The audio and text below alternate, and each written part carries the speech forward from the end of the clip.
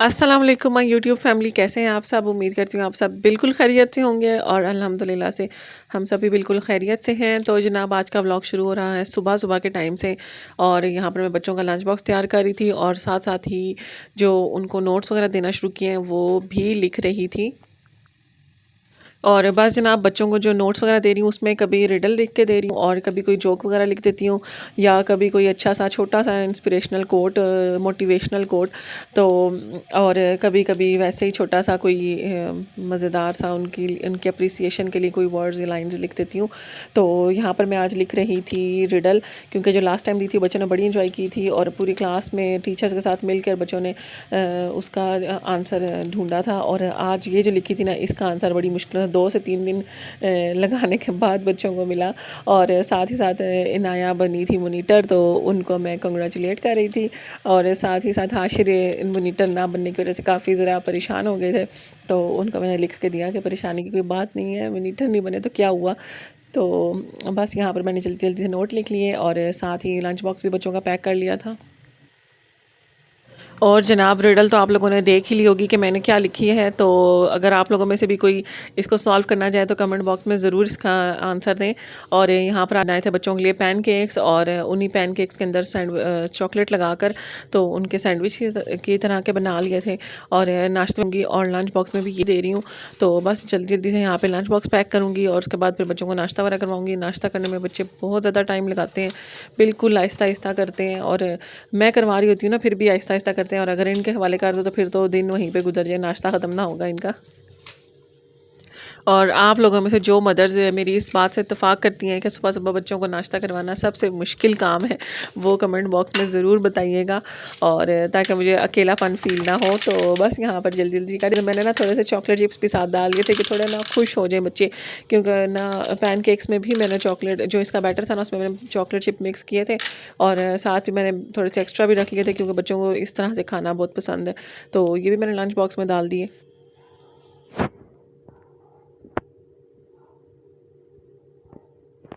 और ये जो ना बस बच्चों के लिए सवैयाँ बना रही हूँ, स्कूल से आएंगे तो फिर खा लेंगे। और किचन में सब कुछ समेट रही हूँ, फिर बर्तन वगैरह धोऊंगी और किचन सारा साफ़ कर लूँगी और साथ ही साथ स्टोव भी साफ़ करूँगी। और बस जनाब यहाँ पे सवैयाँ चढ़ा दी हैं और पहले मैंने कहा चूल्हे पे जो काम करने वाला वो कर लूँ और जितनी देर में वो चीज़ पकेगी तो इतनी देर में किचन की सारी क्लीनिंग वगैरह का काम हो जाएगा। तो यहाँ पर मैंने सवैयाँ पकने के लिए चढ़ाई और उसके बाद फिर किचन की सफाई वगैरह कर ली सारी। साथ ही मैंने स्टोव साफ़ कर लिया और जो DIY क्लीनर मैंने बनाया हुआ है बड़ा ही आउट क्लास है। और बिल्कुल अगर ऑयल वगैरह या कोई क्योंकि पराठे बनाने के लिए मैं घी यूज़ करती हूँ और घी भी गिर जाए तो उससे स्प्रे करके मैं थोड़ी देर छोड़ती हूँ और 2 से 3 मिनट उसको छोड़ देती हूँ। उसके बाद फिर साफ़ करती हूँ तो बिल्कुल जो शेल्फ़ है या वॉल्स हैं बिल्कुल क्लीन हो जाती हैं। और यहाँ पर मैं अनाया के कपड़े सेलेक्ट कर थी क्योंकि इससे अगले दिन हमने जाना था अब्बू वगैरह की तरफ। और बल्कि सुबह बच्चों का रिज़ल्ट था और रिज़ल्ट से फ्री होकर फिर हमने जाना था अब्बू वगैरह की तरफ।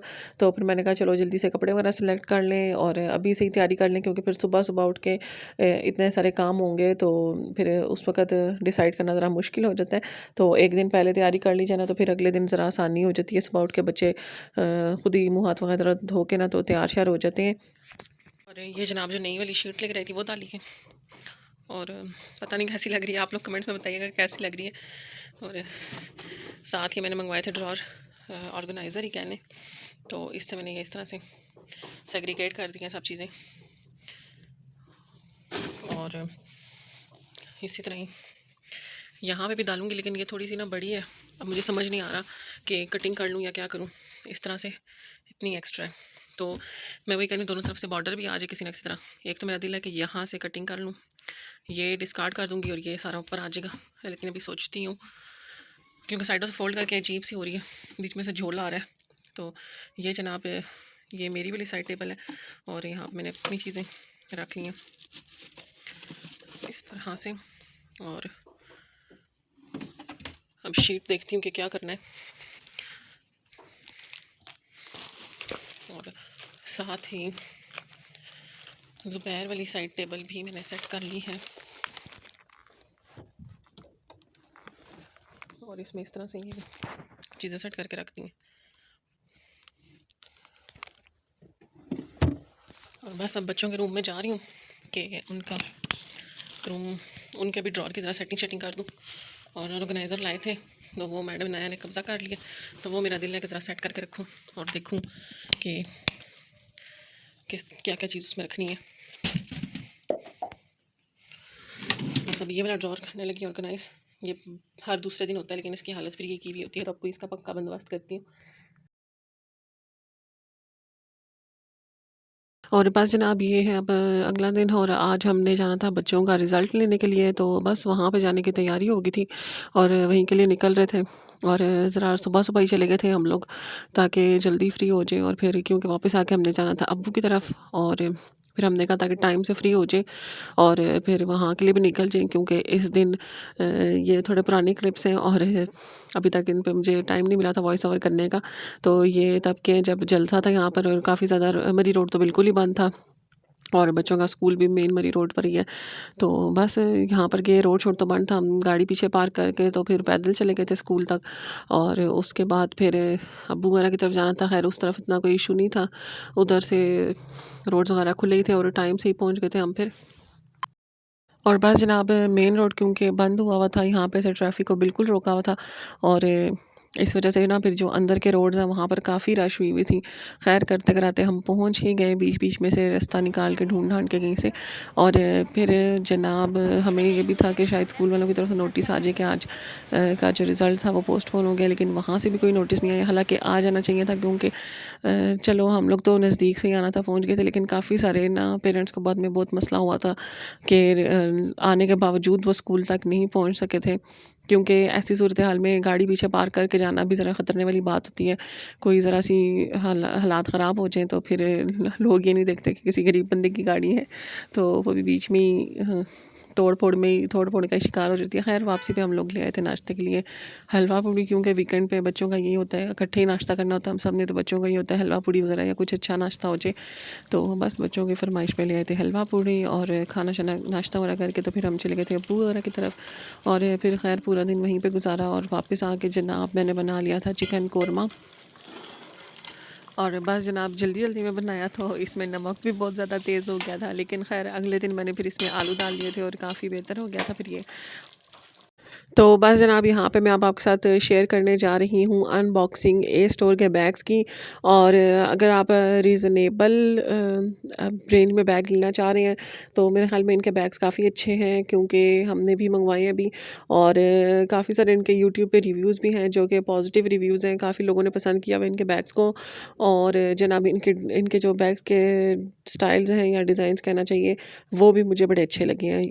और बाकी क्वालिटी वाइज़ भी काफ़ी अच्छे लगे हैं। जो इनका मटेरियल है वो ज़रा काफ़ी सॉफ्ट सा है, जो कि हमें सबसे अच्छी बात यही लगी है कि इनका मटेरियल काफ़ी सॉफ्ट सा है, क्योंकि मेरी जो सबसे छोटी बहन है उसने रखना होता है बैग अपना स्कूटी में, और ज़रा सा भी हार्ड जो पार्ट्स वगैरह होगा ना तो वो फिर तो उसमें पूरा नहीं आता। तो उस हिसाब से काफ़ी अच्छे लगे हैं और इकोनॉमिकल भी हैं, प्राइस के हिसाब से चीज़ अच्छी लगी है। और इसके जनाब एक तो ये रिंग लगे हुए हैं कैरी करने के लिए, और साथ ही साथ इसकी एक चेन दी हुई है उन्होंने, और साथ ही साथ इन्होंने एक स्ट्रैप भी दी हुई है जो डी अटैच भी हो जाती है। तो आप इसको इस वाले पार्ट्स को 3 तरह से कैरी कर सकते हैं। और कलर भी बड़ा मज़े का है, पिस्ता सा कलर है। और जनाब इसके अंदर ये इस तरह से एक पॉकेट बनी हुई है और 2 साइड्स पे जगह बनी हुई है। और बस यहाँ पे सेल लगी हुई है इनकी इनकी वेबसाइट पे, तो ये सेल में से ही हमने मंगवाए थे। और क्योंकि पहली दफ़ा इनका बैग हम मंगवा रहे थे तो इतना कुछ आइडिया नहीं था कि कैसी चीज़ आएगी और कैसी नहीं। लेकिन खैर मार्केट हमने सारी विज़िट की और कुछ भी कोई ख़ास पसंद नहीं आया, और जो पसंद आता था उनके रेट्स काफ़ी ज़्यादा होते थे, तो उस हिसाब से हमें ये काफ़ी रिजनेबल लग रहे थे। तो हमने कहा चलो एक दफ़ा मंगवा के देख लेते हैं, अगर तो चीज़ अच्छी लगी तो ठीक है, बंदा आगे भी मंगवाता रहता है, लेकिन अगर ना अच्छी लगी तो चलो एक एक्सपेरिमेंट ही सही। और खैर जनाब ये है दूसरा बैग ब्राउन कलर में, और ये भी बड़ा यूनिक सा स्टाइल बना हुआ है। और इसकी लेदर जो पहले था ना उसकी उसकी निस्बत और भी ज़्यादा सॉफ्ट है।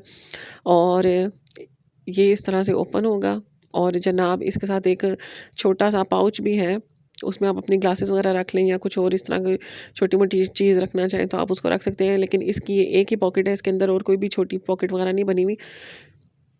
ये जनाब आप लोग देख लें। तो बस जनाब इसी के साथ आज का व्लॉग भी एंड करेंगे। इंशाल्लाह अब आप लोगों के साथ नेक्स्ट किसी व्लॉग में मुलाकात होगी। तो वीडियो को जल्दी से लाइक कर दें और अगर अभी तक चैनल को सब्सक्राइब नहीं किया तो जल्दी से सब्सक्राइब कर लें, क्योंकि बस अब हमारे 1000 सब्सक्राइबर्स पूरे होने में थोड़े से ही सब्सक्राइबर्स रह गए हैं। तो जल्दी जल्दी से सब्सक्राइब करें ताकि 1000 सब्सक्राइबर्स तो कम से कम पूरे हो जाए मेरे। और इसी के साथ मुझे दीजिए इजाज़त। अल्लाह हाफिज़।